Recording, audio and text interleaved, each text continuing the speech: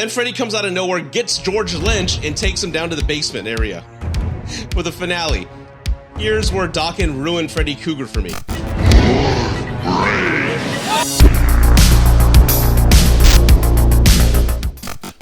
I want to tell a story today, so sit back, relax. This may be a new segment, but this Gen X is going to take you back to 1987.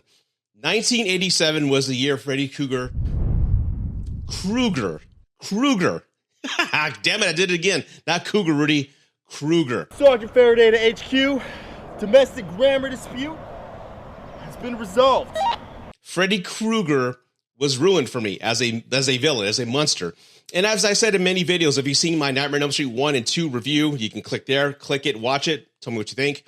Freddy was the only monster at the time that just captivated my imagination because, you know, there's Jason. I didn't go to Crystal Lake. I'd be fine from Jason. If, Michael Myers, as long as it wasn't Halloween, or if I was in Haddonfield, I'd be fine. But Freddy could get to you. No matter where you were, who you were, in the world, Freddy can get to you because he can get in your head, in your dreams. And even though he was a fictitious monster, I had a series of nightmares about Freddy Krueger that really messed me up. So at 1987, I was 10 years old. I was born in 77. 1987, I thought Freddy Krueger was real. Then, lo and behold, Dream Warriors comes out. Now, the video was released, I think, about a couple weeks before the movie, just to kind of build the hype engine. And one thing I will say about the Dream Warriors video is this. It is probably one of my most favorite videos because they actually allowed the band on set. And they actually have Patricia Arquette and Robert Englund participate in the video, which, if you think back, of all the movies that are out there that have, you know, killer soundtracks, how often do you see the band themselves appear in the video, but actually they're on set with actors from the movie? It's very few and far between. The other one that's very notable, in my opinion, is Guns N' Roses. You know, what's that one called? Guns N' Roses? Terminator 2. Shit, my mind's going. You could be mine. You could be mine. You could be mine. That one. And Axl Rose meets Schwarzenegger, but they weren't on set. Yeah! It's a big difference, but that's the one notable rock video tied to a movie that I can think that's a big deal. Anyway, back to Dokken. The video is released on MTV. Now, keep in mind, this is the 80s, so I couldn't just go home and watch it. I had to wait for them to play the video, and just whenever they play it. So you were just glued to your television all night until they played the video or mentioned it. And I remember it was Saturday night, Headbangers Ball, Ricky Rackman. If you're old like me, Headbangers Ball was a segment on MTV that just played nothing but heavy metal, Iron Maiden, Metallica, etc. So they were going to show the video. And I was hyped up, but also scared because, again, I loved rock, but Freddy Krueger scared me. And I was like, okay, what's he going to do? Is he going to kill the band? What's going to happen? Oh, my God. And the video starts off with Patricia Arquette making that house that she made in the movie. But instead of like cutting just regular newspaper clipping, she's cutting like pieces of posters with Dokken on it. So it's pretty cool how they integrated the band into the film. So it's starting off just like the movie. And Patricia Arquette's waking up with the same segment in the dream, but as she's going through the house, she's following the same beats more or less. She goes to the furnace basement area. She sees a little girl on the tricycle. Freddy's home. She picks up the girl. She starts trying to escape. And as she's running and trying to escape with the little girl, she sees fucking Don Dokken down the hallway where Freddy's supposed to be. That's cool. The next thing that's pretty cool is that she wakes up from that nightmare, and then she ends up in that room in the Elm Street house where that Freddy's that giant worm. And as he's going to burst through the wall, she freaks out and screams. But then we have we have George Lynch walk out and play his solo.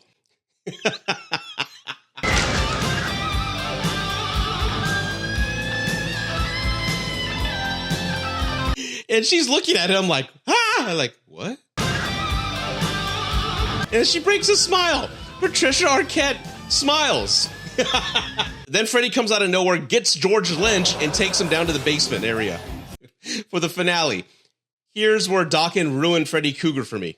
Patricia Arquette goes to the basement, and she sees the band magically just appear, drum sets and all, and just start going with power chords and start to defeat Freddy Krueger.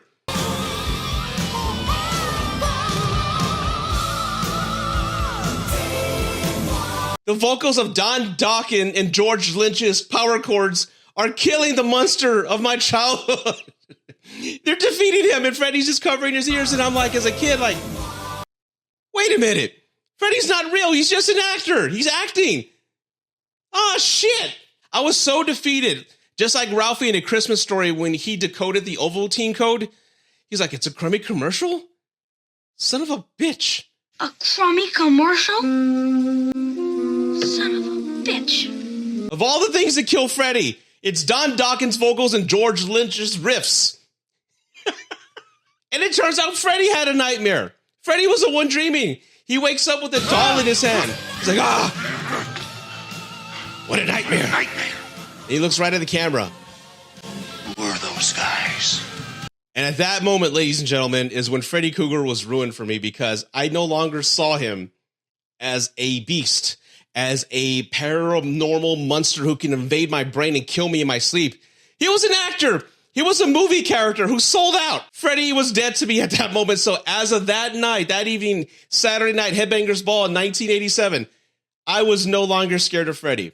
So Don Dokken and George Lynch, you sons of bitches, thank you for curing me from my nightmares and just removing all fear of Freddy Krueger to this young 10-year-old guy in 1987. You have no idea what you did to me, both good and bad, but you helped this young man. And I just wanted to tell you that. Well, everybody, hope you enjoyed this quick story how Don Dokken and George Lynch and crew ruined Freddy Krueger for me as a kid, and it's impacted me this much. Here I am, 45 years old, still talking about this. It's one of the most epic music videos in the 80s. Again, Robert Englund's on set, Patricia Arquette's on set. They had the band. They allowed them to appear on movie sets as well. It's integrated. I wish more videos were fun this way when they tie into actual films. So again, I hope you enjoyed this story. And remember, my Dream Warriors watch along is coming up this coming week. And also my Dream Warriors review is coming up as well. So if you haven't done so already, please subscribe, like the video, leave some comments. I would love to hear from you. And as always, thank you for watching Gen X Reviews. I shall see you next time.